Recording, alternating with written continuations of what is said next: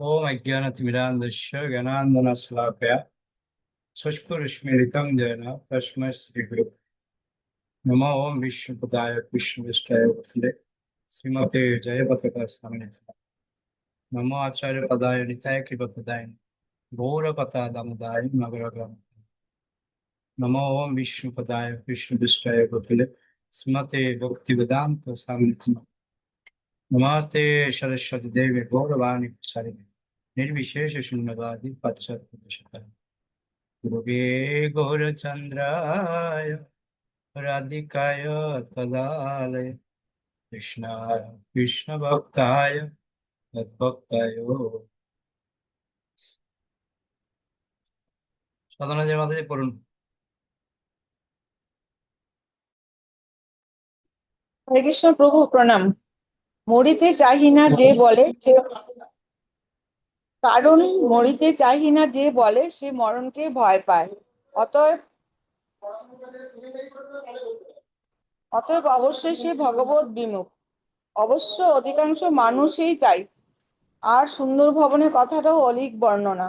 শাস্ত্র মতে বাস্তবিক এই ভুবনটি হলো দুঃখালয়ম অশাশ্বতম, দুঃখময় আলয় এবং অশাশ্বত অর্থাৎ অনিত্য, অস্থায়ী।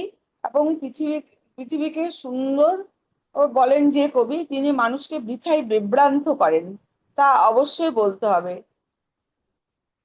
এই সমস্ত সারতত্ত্ব ভালোভাবে বুঝতে হলে উপযুক্ত জ্ঞানীর কাছে গীতা ভাগবতের কথা শুনতে হয় এবং নিত্য ভগবানের নাম কীর্তন করতে হয়।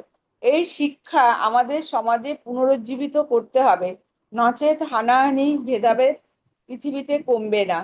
সকলের আত্মাকে ব্যষ্টি আত্মারূপে পরমেশ্বর ভগবানের সম্পর্ক জ্ঞানে উপলব্ধি করা উচিত। ভাগবতের তৃতীয় স্কন্ধের বুঝতে পারলাম না। ব্যষ্টি আত্মার পূজা করার বিধি বর্ণনা করা হয়েছে সুস্পষ্ট ভাবে। বলা হয়েছে অহর্যে দানা মানব ব্যাস মৈত্রা অভিন্নেব চক্ষুষা, অর্থাৎ দান এবং সম্মান প্রদানের মাধ্যমে সকলের হৃদয়ে বিরাজমান ভগবানকে ভেদ ভাবরহিত হয়ে এবং মিত্রতামূলক আচরণের মাধ্যমে পূজা তথা শ্রদ্ধা ভক্তি নিবেদন করা উচিত। ভগবতের এই অংশে দুটি সংস্কৃত শব্দ রয়েছে, দান এবং মান। যারা জাগতিক অথবা আর্থিক অবস্থায় আমাদের থেকে নিকৃষ্ট, তাদের দান করতে হয়। মান অর্থাৎ সম্মান উৎকৃষ্টকে দেওয়া উচিত, দান নিকৃষ্টকে দিতে হয়। এইভাবে সমাজের ভেদাভেদ দূর করার জন্য সমতা সৃষ্টির উদ্যোগ নিতে হবে সার্থক সুন্দর পদ্ধতিতে।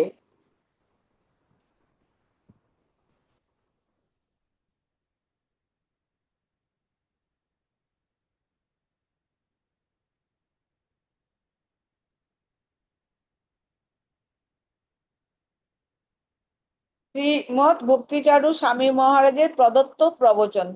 শ্রী চৈতন্য মহাপ্রভু যে শিক্ষাটি আমাদের দিয়েছেন সেটা সংকীর্ণ কোনো আনন্দের উদ্দেশ্য। পথ নির্দেশ। এটা নিত্য কি বলবে? আনন্দের পথ নিত্য আনন্দের পথ নির্দেশ। শ্রী চৈতন্য মহাপ্রভু যে শিক্ষাটি আমাদের দিয়েছেন সেটা সংকীর্ণ কোনো উদ্দেশ্য সাধনের জন্য নয়। সেটি মহাপ্রভু শুধু বাঙালিদের জন্য দিতে আসেননি, মহাপ্রভু কেবল ভারতবর্ষীদের জন্য আসেননি, মহাপ্রভু কেবল পৃথিবীর মানুষদের জন্য আসেননি। মহাপ্রভু এসেছিলেন সারা পৃথিবীর, কেবল পৃথিবীর নয়, সারা জগতের সমস্ত জীবের জন্য। জীবের নিস্তার লাগি নন্দসুত হরি, জীবের নিস্তারের জন্য নন্দসুত যে শ্রীকৃষ্ণ, তিনি গৌরসুন্দর রূপে আবির্ভূত হয়েছিলেন। মহাপ্রভুর শিক্ষার কথা যখনই বলা হচ্ছে, তখন কোনো জায়গায় আপনি পাবেন না যে ভারতবাসীদের জন্যই মহাপ্রভু এসেছিলেন, যা বাঙালিদের জন্য এসেছিলেন। পক্ষান্তরে বারে বারে দেখবেন যে সমস্ত জীবের কল্যাণের জন্যই মহাপ্রভু এসেছিলেন। কেননা প্রতিটি জীবই হচ্ছে তাঁর সন্তান, প্রতিটি জীবই ভগবানের সন্তান, এবং তাঁর সন্তানদের উদ্ধার করার জন্যই ভগবান অবতীর্ণ হন। সেই জন্য মহাপ্রভুর এই শিক্ষা প্রচারে, মহাপ্রভুর এই শিক্ষা দ্বারা কোনো রকম সংকীর্ণতা নেই। এটি সারা পৃথিবীর জন্য, সারা জগতের জন্য। আমরা দেখতে পাই যে মহাপ্রভুর মধ্যে সমস্ত প্রয়োজনীয় গুণগুলি রয়েছে, যে গুণগুলির জন্য আমরা বিভিন্ন লোকের পূজা করি, সেই সমস্ত গুণগুলি মহাপ্রভুর মধ্যে রয়েছে। পক্ষান্তরে সেগুলি পূর্ণরূপেই রয়েছে, কিন্তু তা সত্ত্বেও আমরা মহাপ্রভুকে স্বীকার করি না। মহাপ্রভুকে মানতে গেলেই যেন আমাদের আঁতে ঘা লাগে। আমরা ইউরোপ, আমেরিকা, চীন, জাপান, এমনকি আফ্রিকার নেতাদেরও পূজা করতে রাজি আছি, কিন্তু আমাদের শ্রী চৈতন্য মহাপ্রভুর আরাধনায় যেন আমাদের আত্মসম্মানে লাগে। আজকের মানুষের মনোভাব হয়েছে যে আমাদের প্রগতিশীল হতে হবে। প্রগতিশীল হওয়া মানে কি? ওই বাইরে সব আবর্জনাগুলো ধার করে আনা, কুড়িয়ে আনা? আমাদের দেশের বৈদিক দৃষ্টিভঙ্গি বা বৈদিক নীতির কোনো রকম সমাধান নেই, কিন্তু ওরা রাশিয়া, চীন, জাপান, জার্মানি, ইতালি সব জায়গা থেকে এক একটা মতামত নিয়ে আসছে। মার্কস ইজম, লেনিন ইজম, হেন ইজম,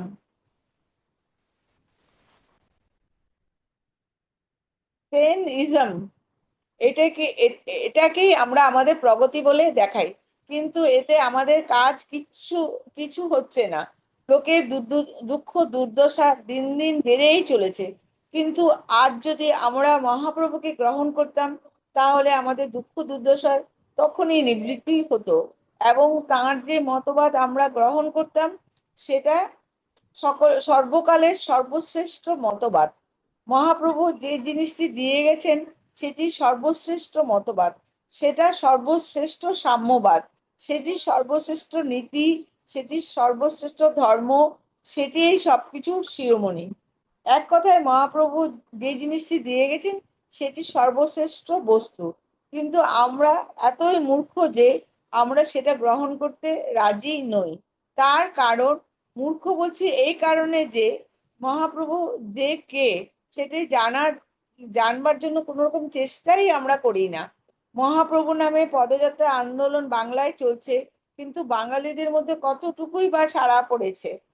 আপনারা কয়েকজন কেবল আমাদের এই প্রচেষ্টায় সহযোগিতা করছেন, আমরা যেটা বলতে চাই তার জন্য কিছুটা আগ্রহ প্রকাশ করেছেন, কিন্তু অধিকাংশ লোকেই সেটা মানতে চাইছে না। সুতরাং তার ফলে আমাদের কষ্ট বাড়ছে, দুঃখ দুর্দশা বাড়ছে, পৃথিবীর মানুষের দুঃখ দুর্দশা বেড়ে যাচ্ছে। বিশেষ করে একটা জিনিস বিচার করে দেখুন, আমরা সকলেই আনন্দ চাই। প্রতিটি জীব, সে ধনী হোক, গরিব হোক, মানুষ হোক, পশু হোক, সকলেই কিন্তু আনন্দ চায়। সকলের জীবনে একটি প্রবল সত্য হচ্ছে আনন্দের অনুসন্ধান। শ্রী চৈতন্য মহাপ্রভুর শিক্ষাতে সে আনন্দের পথ নির্দেশই রয়েছে, তবে সেটি প্রথমে একটু কষ্টসাধ্য, বা বলা যায় প্রথমে বিষময়। কেননা বদভ্যাস ছাড়তে প্রথমে একটু কষ্টই হয়। যার ধরুন নেশা রয়েছে, বড় কিছু নেশার কথা যাওয়ার দরকার নেই। ধরুন যার সিগারেট খাওয়ার নেশা রয়েছে, তার পক্ষে সিগারেট খাওয়া ছাড়া খুব কঠিন, কষ্টকর, কিন্তু যখন সে ছেড়ে দেয় তখন সে ভালো অনুভব করে। সুতরাং প্রথমে তার বিষময় মনে হলো, পরিণামে তা অমৃত। ওকে ওকে, তো শুনিন না মাতাজি। হরে কৃষ্ণ প্রভু জানাম। হরে কৃষ্ণ প্রভু প্রণাম। তো এইভাবে আমাদের এই যে জীবন, তাতে কষ্টের কি আছে? যখন প্রকৃতপক্ষে কেউ বলে যে আপনাদের এই যে জীবন, আহা না জানি আপনাদের কত কষ্ট ভোগ, না জানি আপনারা কত কষ্ট ভোগ করেন, তখন আমরা বলতে বাধ্য হই যে আসলে কি জানেন তো, আমরা খুব আনন্দ উপভোগ করি। আমাদের জীবনে কোনোই কষ্ট নেই, যেটি রয়েছে সেটি হচ্ছে নিত্য আনন্দ। কিন্তু দুর্ভাগ্যবশত সেটা আপনারা বুঝতে পারবেন না। কিন্তু আপনারা যদি এসে কিছুদিন আমাদের সঙ্গে থাকেন, আমাদের এই জীবন যদি আপনারা অবলম্বন করেন, লোক দেখানোর জন্য নয়, আন্তরিকভাবে যদি আপনারা গ্রহণ করেন, তাহলে আপনারাও সেই আনন্দের স্বাদ পাবেন। আর সেটা করতে হলে যেসব কিছু ছেড়ে দিতে হবে তা নয়, পক্ষান্তরে 4টি খারাপ কাজ ছেড়ে দিতে হবে, আর বাকি যা কিছু পাবেন তা সবই আনন্দ। এবং তার সুফল হচ্ছে, আজকে ধরুন আমাদের এই কৃষ্ণ ভাবনামৃত সংঘের প্রচারের জন্য বহু পরিবার আজ নিরামিষাশী হয়ে গেছে। যারা ধরুন বছর খানেক আগে পর্যন্ত ভাবতে পারেনি বা বছর দুয়েক আগে পর্যন্ত ভাবতে পারেনি যে তারা মাছ মাংস খাওয়া ছেড়ে দিতে পারে। আমি কিছুদিন আগে চণ্ডীগড়ে ছিলাম। 7 দিন ওখানে ছিলাম। ওই 7 দিনের প্রায় 15টি পরিবার মাছ মাংস খাওয়া ছেড়ে দিয়েছে। ওদের অবশ্য আগে থেকেই সংস্কার ছিল, আগে থেকেই খেত না, কিন্তু ইদানিং তথাকথিত আধুনিক অসভ্যতার প্রভাবে তারা মাছ মাংস খাওয়া ধরেছিল, কিন্তু ওদের বোঝানো মাত্রই তারা ছেড়ে দিয়েছে। কেউ কেউ পেঁয়াজ রসুন খেত, নিরামিষাশী ছিল বাড়িতে, কিন্তু পেঁয়াজ রসুন খেত। তারাও পেঁয়াজ রসুন খাওয়া বন্ধ করে দিয়েছে।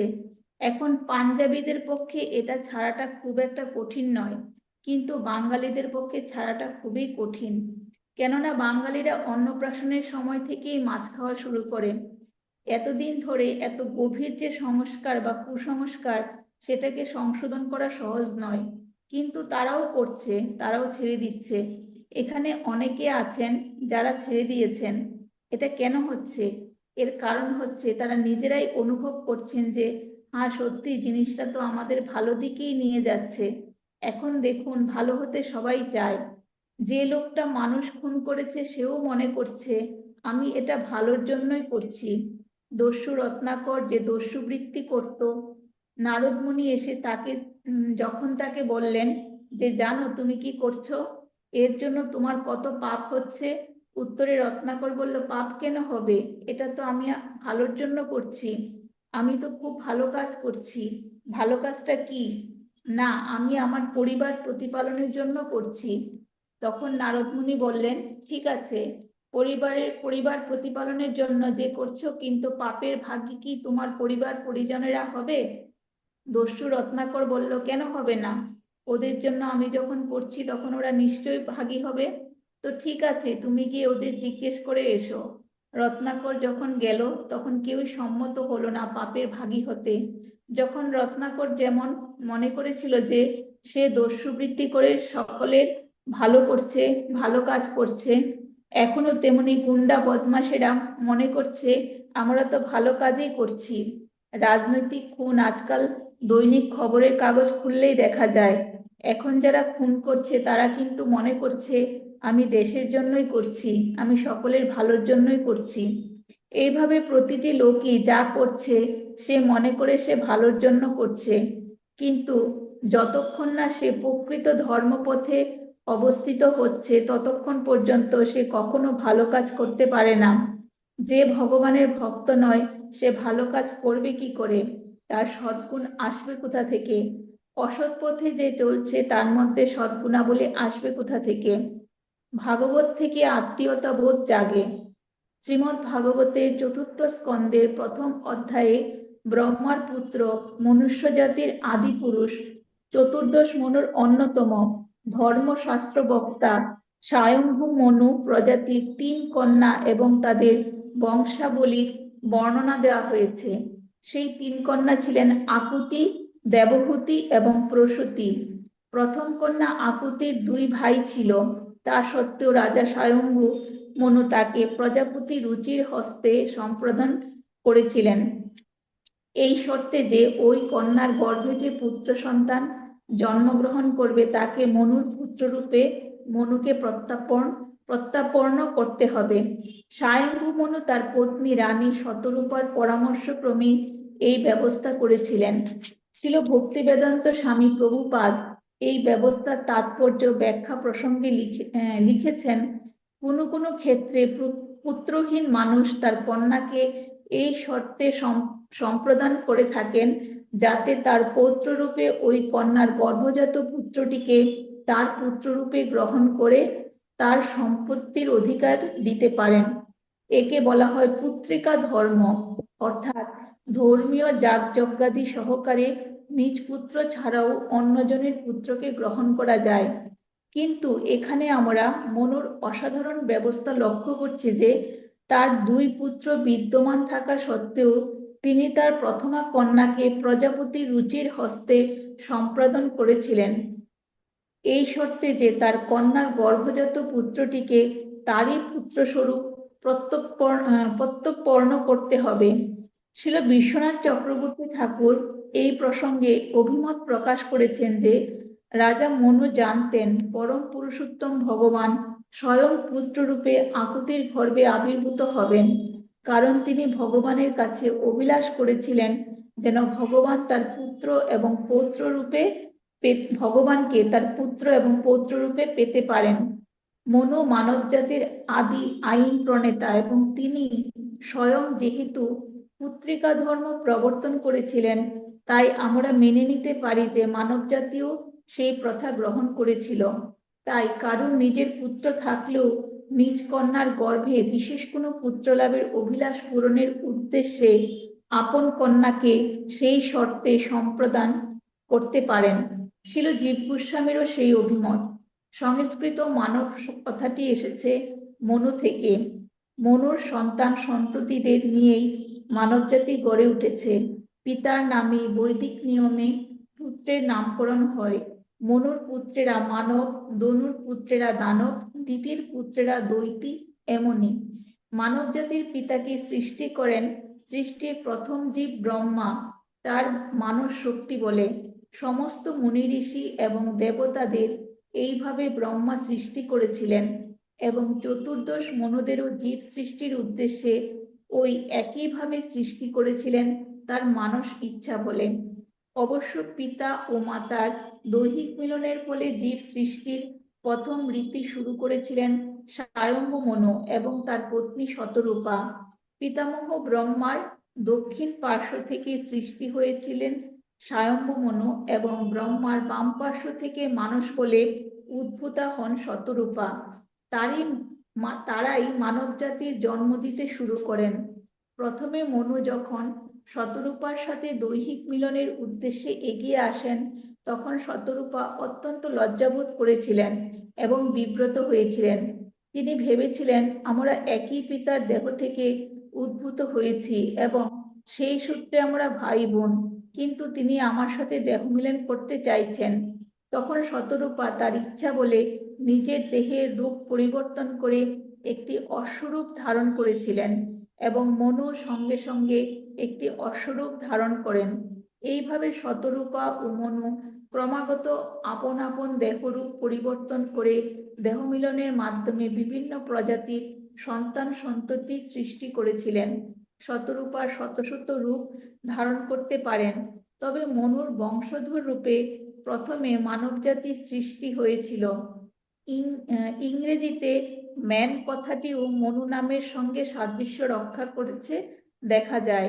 শুধু ইংরেজি ভাষাই নয়, ইউরোপীয় অনেক ভাষাতেও ম্যান বা মানুষ কথাটির প্রতিশব্দের সাথে মনু শব্দটির সাদৃশ্য লক্ষ্য করা যায়।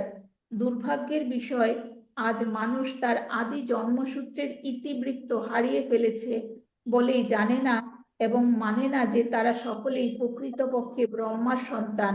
ওকে ওকে এই ওকে জন্ম ওকে হরে কৃষ্ণ প্রভু, প্রণাম। আপনারা পড়ছেন আর আমি ভাবছি আজকে আমরা ক্লাসের মধ্যে আলোচনা করছিলাম, এই এখনই আধ ঘন্টা আগে ক্লাস থেকে আসলাম। ওখানে আমরা এই বিষয়গুলো নিয়ে আজকে আলোচনা করছিলাম, মনুষ্যত্বের উপর বিষয় নিয়ে, আকুতি, প্রসূতি, দেবহূতি। তো অনেক কিছু আমরা জানি না, ওই জন্য শাস্ত্র আমাদের পড়তে হবে। বলছে ছিল প্রভুপাদ সমস্ত যে প্রেম, কৃষ্ণ প্রেম তার গ্রন্থের মধ্যে দিয়েছেন, শুধু আমাদেরকে ওখান থেকে নির্যাসটা নিতে হবে। তো ঠিক আমরা এখনই পড়লাম যে মনু শতরূপার যে কাহিনীটা এবং তারা যে রূপ পরিবর্তন করেছে, এগুলিতে আমরা অনেককে জানি না। কেন? কিন্তু আমরা পড়ি না। এই যে এখন পড়ছেন আপনারা, আমি তো মনে করি এখানের মধ্যে অনেকেই জানে না। হয়তো কয়েকজন জানলে জানতে পারে যারা গ্রন্থ পড়ছে, যারা পড়েনি তারা জানবে কি করে? তো এই জন্য গ্রন্থ আমাদের পড়তে হবে। কত ইম্পর্টেন্ট কথা এখানে আলোচনা হচ্ছে, দেখুন কত গুরুত্বপূর্ণ পয়েন্ট। এই জন্য এই যে মনু শতরূপার বিষয়টা আছে, তারপর যে আকুতি প্রসূতি দেবহূতি এদের বিষয় আছে, রুচির কথাগুলো বলছে, এই সৃষ্টি তত্ত্বের মধ্যে কিছু কিছু বিষয় সেটা আমাদের জানতে হবে, তাই না? তাই জন্য বলছে প্রত্যেকেই ব্রহ্মারই সন্তান। আমাদের পিতামহ বলা হচ্ছে না, আদি পিতা। এই জন্মসূত্র স্বীকার করলে বুঝতে কষ্ট হয় না যে সমস্ত মানুষ আদিকাল থেকেই পরস্পরের সাথে কতখানি নিবিড় ভাবে আত্মীয়তার সম্পর্কে বদ্ধ। বুঝতে পারছেন? বৈদিক সংস্কৃতি সভ্যতার মূল স্বাস্থ্য সম্ভারের এটাই হলো বিস্ময়কর অবদান।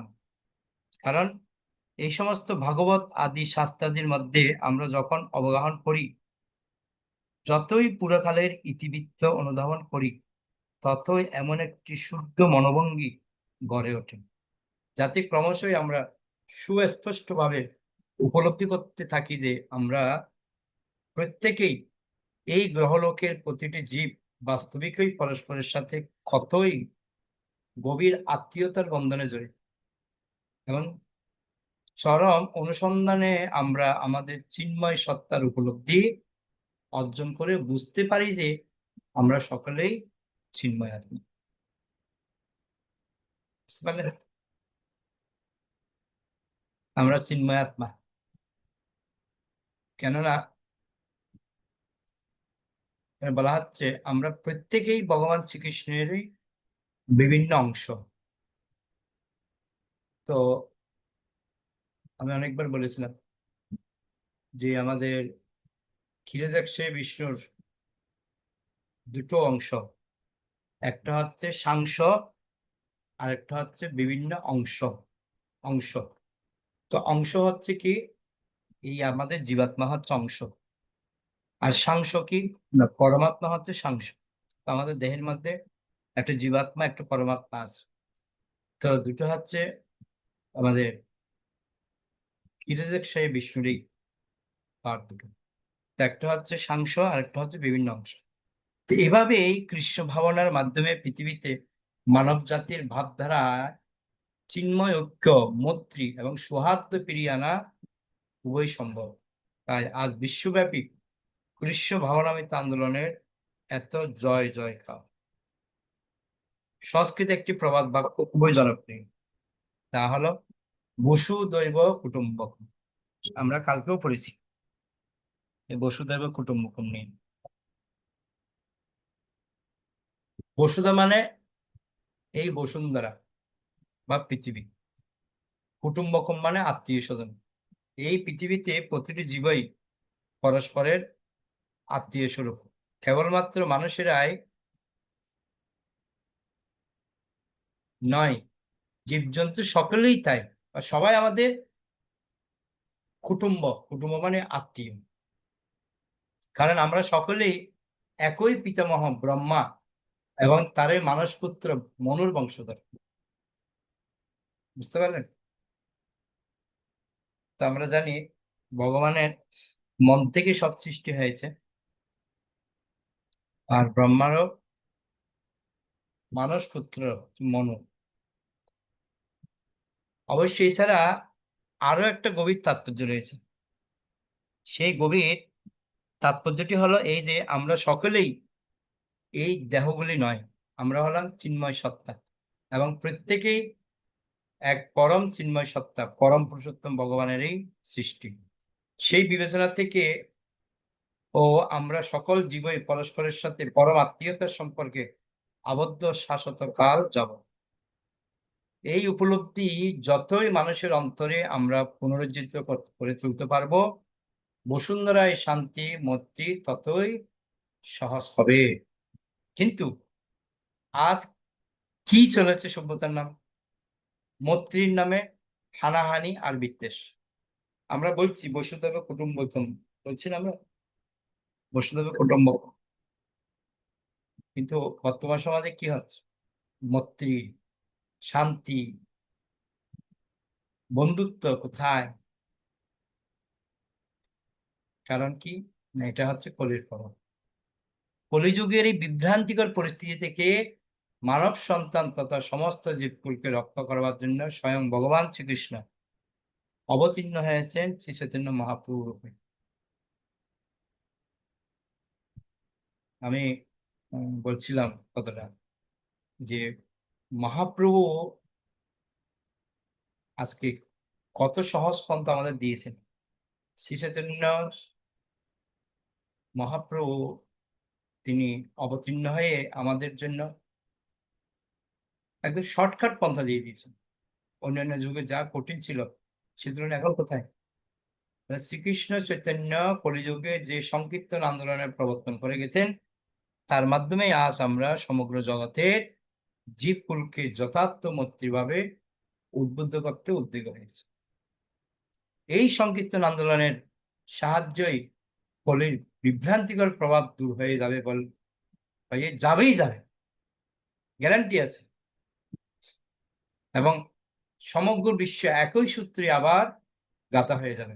সেই ভবিষ্যৎবাণী স্বয়ং শ্রী চৈতন্য মহাপ্রভু করে গেছেন। যত নগরাদি গ্রামে কৃষ্ণ কথা প্রসারিত হয়ে যাবে। তো ওই জন্য মহাপ্রভুকে যে আমরা পেয়েছি এই কলিযুগে, ওই জন্য বলা হচ্ছে ধন্য কলি যুগের সিচই তন্ন অবতার। এই কলিযুগে আমরা যে মহাপ্রভুকে পেয়েছি আমরা হচ্ছে ধন্য। আর এই কলিযুগটা এই কারণে ধন্য যেহেতু মহাপ্রভু আসছে। আর বলা হচ্ছে শাস্ত্রে প্রত্যেক জন্মে তো আর মহাপ্রভু আসেন, আর প্রত্যেক জন্মে কৃষ্ণ আসেন।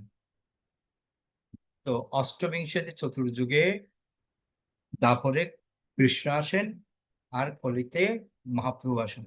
আমরা যে একটা জানি যুগের বিপর্যয়, যুগের বিপর্যয় হয়েছিল। যুগের বিপর্যয় বলতে কিরকম? যুগ আগে পিছে হয়ে গেছে। আগে পিছে কিরকম না, আমরা জানি সত্য, দাপর, ত্রেতা, কলি, এটা হচ্ছে যুগের হিসাব। কিন্তু অষ্টবিংশতি চতুর্যুগ উল্টো হয়ে গেছে। কি উল্টো হয়েছে না, আগে আছে সত্য যুগ, তারপর আসছে ত্রেতা যুগ, তারপর আসছে দাপর যুগ। তো এর পিছনে আরো কিছু কারণও আছে। অহল্যার একটা কাহিনী আছে, যার দিকে যাচ্ছি না আমরা। তো এই বিশেষ উদ্দেশ্য হচ্ছে কি, যে যুগের মধ্যে কৃষ্ণ আসবে তার পরবর্তীতে যে দাপরের পর যে যুগে কলি আসবে, সেই যুগের মধ্যেই কৃষ্ণ দাপরে আসবে আর কলিতে মহাপ্রভু আসবে। মানে কৃষ্ণ এসে তিনি জ্ঞান প্রদান করবেন, আর মহাপ্রভু এসে সেটা প্র্যাকটিক্যাল করে দেখাবেন। এ হচ্ছে ভাবনা। এই জন্য এই কলিযুগে যে আমরা মহাপ্রভুকে পেয়েছি সেটা আমরা অনেক ভাগ্যবান। ভগবত ধাম যাওয়ার সহজ পন্থা উনি আমাদের দিয়ে গেছেন, যেটা অন্য কোনো যুগে নেই। গোলকেরও প্রেমদান হরিনাম ইত্যাদি, এই গোলকের প্রেমদান আমাদেরকে দিয়েছেন। ওকে, আজকে তাহলে এখানে থাক। ওখানে আমরা প্রায় 100 বছর পূর্বে ওখান থেকে আমরা পড়বো। ওকে, রাধা হরি মোহিনী মাতাজি বলুন। হরে কৃষ্ণ। প্রভু প্রণাম। প্রভু, আমার দুইটা কোয়েশ্চেন। একটা হচ্ছে, এই বইটা পুরুষোত্তম মহারাজ আমাকে 2 বছর আগে গিফট করেছিল, এটার সাথে আরো দুটো জগন্নাথের বই সহ। তো তখন আমার পড়া হয়েছিল বইটা, আমি 2 বছর আগেই পড়েছিলাম। পুনরায় যখন আবার ওই তখনও প্রশ্নটা ছিল, এটা উত্থাপন করতে পারিনি, আজকে সুযোগটা আসলো। এখানে বললো যে শতরূপার মনুর যে ফার্স্টে ওরাই সৃষ্টির মানে প্রথমটা শুরু করেছিল। তো ওরা যখন সৃষ্টির শুরু করছিল, তখন কিন্তু তারা রূপটা চেঞ্জ করেছিল, প্রথমে অশ্বর রূপ ধারণ করেছিল। কিন্তু তো অশ্বর রূপ ধারণ করে, এখন আমার কোয়েশ্চেন হচ্ছে কি, প্রথমে কি জীব সৃষ্টি করেছিল নাকি মানুষ সৃষ্টি হয়েছিল?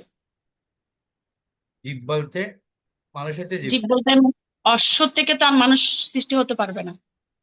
মানে এখানে তো বললো যে অশ্ব রূপ ধারণ করে তারপর ওরা দেহ মিলন ঘটে হ্যাঁ, সৃষ্টি করেছে। তো তাহলে তো এখন তার পরবর্তী চেঞ্জ হয়ে গেছে। পরবর্তীতে তাদের মিলনের পর রূপ চেঞ্জ হয়েছে, মনুষ্য রূপ হয়ে গেছে। তো আচ্ছা, মানে সেই মুহূর্তে তারা এটা রূপটা একটা চেঞ্জ মনের করে। এটা একটা মনের ভ্রম ছিল, কার? শতরূপার।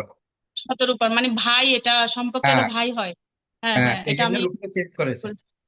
আচ্ছা, পরবর্তীতে আবার চেঞ্জ হয়ে গেছে, আবার মনুষ্য রূপ হয়ে গেছে না? তো ওই জন্য তাহলে বলছে, মানুষ আগে সৃষ্টি হয়েছে। তিনি সদস্য রূপ ধারণ করতে পারতেন। কে? শতরূপা। শতরূপা। হুম। তোরা হ্যাঁ, এটাও সত্যি। তারা বিভিন্ন প্রজাতির রূপ ধারণ করেছে, মানে অশ্বরূপ ধারণ করেছে। তাতে আবার অশ্বরই পরম্পরা সৃষ্টি হয়েছে। তারপর আবার মনুষ্যর রূপ ধারণ করেছে, মনুষ্যের এরকম শত শত প্রজন্ম সৃষ্টি হয়েছে। এটা দেখ, অলরেডি এখানে আলোচনা করেছে, দেখেন। হ্যাঁ, এটা পড়লাম তো, কিন্তু ফার্স্টে উনি যখনই ব্রহ্মা বললেন সৃষ্টি শুরু করো, তখনই কিন্তু ফার্স্ট অশ্ব রূপটা ধারণ করেছে। তো আমার হ্যাঁ, কোয়েশ্চেনটা এখানে কনফিউজ, কি অশ্ব সৃষ্টি হয়েছে পৃথিবীতে আগে নাকি মনুষ্য সৃষ্টি হয়েছে? মনুষ্য মনুষ্য।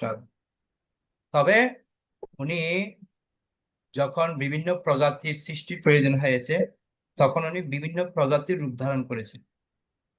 বুঝতে পারলেন তো?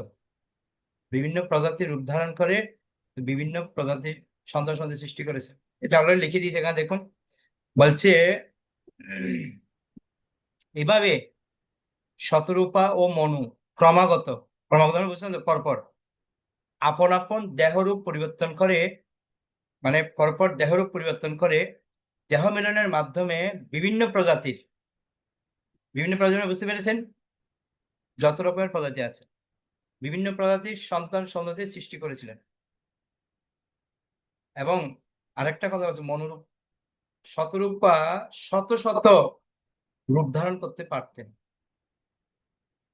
তার মানে যত জীব সৃষ্টি করেছে উনি রূপ পরিবর্তন করেছে। যেমন মনুষ্যের জন্য, তখন পরবর্তী আবার মনুষ্য রূপ হয়ে গেছে সব, আস্তে আস্তে। কিন্তু প্রথমটা উনি মনের সংশয় দূর করার জন্য অশ্বরূপ ধারণ করেছে। তবে অশ্বরূপ ধারণ করার পর পরবর্তী মনুষ্য রূপ ধারণ করেছে। এরকম প্রমাণ নিয়ে আস্তে আস্তে আস্তে শুরু হয়েছে। কিন্তু আমরা তো সবাই জানি সৃষ্টির প্রথম জীব হচ্ছে কি? মানুষ। বুঝতে পেরেছেন? ক্লিয়ার আপনার? হ্যাঁ, এখন বুঝতে পেরেছি। আরেকটা কোয়েশ্চেন। কিন্তু এটা ঠিক, আপনার প্রশ্ন এটাও ঠিক যে অশ্বদের সৃষ্টি কি করে হলো? মানুষ থেকে তো অশ্ব সৃষ্টি হয়নি। না, তারা অশ্ব রূপ ধারণ করেছে, অশ্বরের পরম্পরা হয়েছে। বা পাখি রূপ ধারণ করেছে, পাখির একটা পরম্পরা হয়েছে। বিভিন্ন রূপ চেঞ্জ করে করে করে করে ওই প্রজাতিকে তারা সৃষ্টি করেছে। এটা অলরেডি লিখে তাহলে ওদের ওদের রূপটা চেঞ্জ হয়েছে, স্মৃতিটা কিন্তু সেম ছিল। না, স্মৃতিতে সৃষ্টি মানুষের ছিল। স্মৃতিটা। আচ্ছা কারণ অনেক রূপ ধারণ করতে পারে বলছে মনুষ্যত্বের উপর। আচ্ছা প্রভু, আরেকটা ওই জিনিস জানতে চাইছি আমি আজকে। এটা আমরা ভাগবতমের সৃষ্টির তত্ত্বে, আমি দ্বিতীয় অধ্যায়ে আমরা অলরেডি পড়েছিলাম স্কন্ধে। তো আজকে আবার চৈতন্য চৈতন্যিত করতে গিয়ে ওখানে একটা আমার কোয়েশ্চেন। ওখানে লিখেছেন যে একটা শ্লোকে মানে কারণদর্শী বিষ্ণু থেকে আহ উনি হচ্ছেন সমস্ত জগতের পরমাত্মা, যেটা আপনি একটু আগে আলোচনার মধ্যে বললেন। সমস্ত জগতের পরমাত্মা হচ্ছে কারণদর্শী বিষ্ণু। আবার হচ্ছে ওখানে আবার পরবর্তীতে লিখেছে ক্ষীরোদশায়ী বিষ্ণু থেকে সমষ্টিষ্ট পরমাত্মা। আবার গর্ভদশায়ী বিষ্ণু থেকে বেষ্টি পরমাত্মা। এই দুটো জিনিসটা কি? তাহলে আর আজকে আমাকে আর ক্লাস শেষ করতে হবে না। আগামীকাল অলরেডি অনেক লেট হয়ে গেছে। আগামীকাল আচ্ছা আপনি ঠিক ক্লাস আছে, এটা প্রশ্ন একটু করবেন আমাকে এটা। একটু বলবেন, আমি আপনাকে পাঠিয়ে দেবো শ্লোকটা, আপনাকে একটু ঠিক আছে, বলবেন এটা। ঠিক আছে, হরে কৃষ্ণ। ফার্স্টে জিজ্ঞেস করবেন, উত্তর হয়ে যাবে। আসলে এই তিনটা যে বললেন না, গর্ভদেশায়ী, আরণদেশায়ী, গর্ভদেশায়ী, ক্ষীরদেশায়ী, এই তিনটা হচ্ছে তিনটা বৈকুণ্ঠ লোক। তিনটা বৈকুণ্ঠ বলা হচ্ছে। তিনটা বৈকুণ্ঠ মানে কি? ভৌম বৈকুণ্ঠ। এর একটি বিশাল বিস্তারিত ব্যাখ্যা আছে। ভৌম বৈকুণ্ঠ, একটা বৈকুণ্ঠ আমাদের অনন্তগুলো বৈকুণ্ঠ শিব জগতে আছে, কিন্তু এই জগতের মধ্যেও এই ভৌম বৈকুণ্ঠ হচ্ছে এগুলি। কে কে? এই যে না, কারণদেশায়ী বিষ্ণু, গর্ভদেশায়ী বিষ্ণু, ক্ষীরদেশায়ী বিষ্ণু, তিনটে বিশ্ব, তিনটে বৈকুণ্ঠ লোক। ঠিক আছে, এটা আগামীকাল আমরা আলোচনা করবো, অলরেডি আজকে অনেক লেট হয়ে গেছে। ঠিক আছে, বৈশ্য প্রণাম। বাঞ্ছা কল্পতরুভ্যশ্চ কৃপা সিন্ধুভ্যেব চ পতিতানাং পাবনেভ্যো বৈষ্ণবেভ্যো নমঃ। অনন্ত বৈষ্ণববৃন্দ কি জয়, জয় গৌর প্রেমানন্দে। প্রভু তৃতীয় অধ্যায় আরো ভালো ক্লিয়ার দিয়েছে এই সৃষ্টি তত্ত্বটা। তৃতীয় অধ্যায় ষষ্ঠ অধ্যায় ষষ্ঠ